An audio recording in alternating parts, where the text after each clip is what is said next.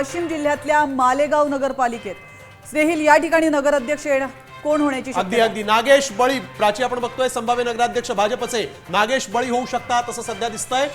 संभाव्य चित्र अर्थातच आहे। सोबतच सत्ता इथं मालेगावात काँग्रेसची येईल, त्यांना 7 जागा राखण्यात यश मिळू शकतं असं सध्या तरी दिसतंय मालेगावमध्ये। बिलकुल नक्कीच। आणि या ठिकाणी आपले प्रतिनिधी रवींद्र गव्हाणे यांनी नेमकं काय अंदाज वर्तवलाय पाहूया। वाशिम जिल्ह्यातील मालेगाव नगरपंचायतसाठी होत असलेली निवडणूक ही पंचरंगी होत आहे। या पंचरंगी लढतीमध्ये महाविकास आघाडी एकसंघपणे लढत आहे, तर महायुतीचे तिन्ही घटक पक्ष वेगवेगळे लढत आहेत।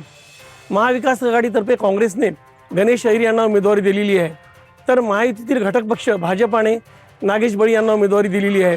शिवसेना शिंदे गटातर्फे ओमप्रकाश कुरसडे निवडणूक लढवित आहेत आणि राष्ट्रवादी काँग्रेस अजित पवार गटातर्फे उषा जाधव निवडणूक लढवित आहेत। यावेळी वंचित बहुजन आघाडीने उमेदवार उभा केलेला आहे। वंचित बहुजन आघाडीने रहमान शाह अहमद शाह यांना उमेदवारी दिलेली आहे, त्यामुळे ही लढत आता पंचरंगी होत आहे। या पंचरंगी लढतीत भाजपाचे नागेश बळी यांचा निसटता विजय होण्याची शक्यता आहे। प्राध्यापक रवींद्र गाभणे, सकाळ तालुका प्रतिनिधी, मालेगाव।